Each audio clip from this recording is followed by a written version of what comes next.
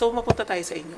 May time ba na na-cancel kayo as a content creator? Ako po parang maraming attempts. Bigla pong may teacher na nag-up ng video ko na sumasayaw ng naka-uniform. Tapos parang Okay, nakita ko yun. ano po siya, sabi niya, tama ba na ginagawa ni ma'am ang pagsasayaw ng naka-uniform and things as that. So nung time na yun, ang daming nagko-comment, syempre maraming nag-interfere. What I did that time is I spoke as a dancer.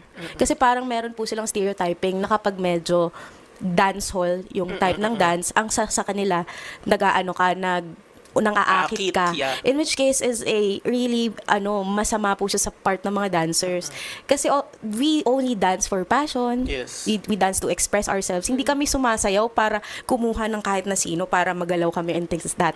So parang yun po yung naging take ko nun. And sa kabilang banda, yung pagsusuot ng uniform. Ang argument po kasi nun is, paano pag nagtuturo sa klase? Specifically, I teach performing arts. I have to teach my students on how to perform.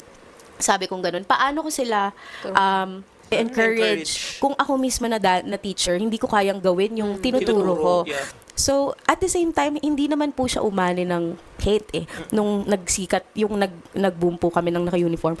In fact, na-invite pa po ako nun sa ASAP natin to. Okay, yes. As a trending teacher at that time. Tapos, yung mga tao talaga, they have different perspective in which I respect. So, yun lang. Siguro naging concern lang din po nila dun is yung respect para sa teachers. In which case, sabi nga natin, it's a matter of perspective Kung kinikita nyo na medyo madumi sa inyong isang bagay, even though what they're doing is not madumi, it's on you. Yeah, it's on you. We cannot do anything about it. Pero we assure you that we protect and we solely respect our profession because that's what we do.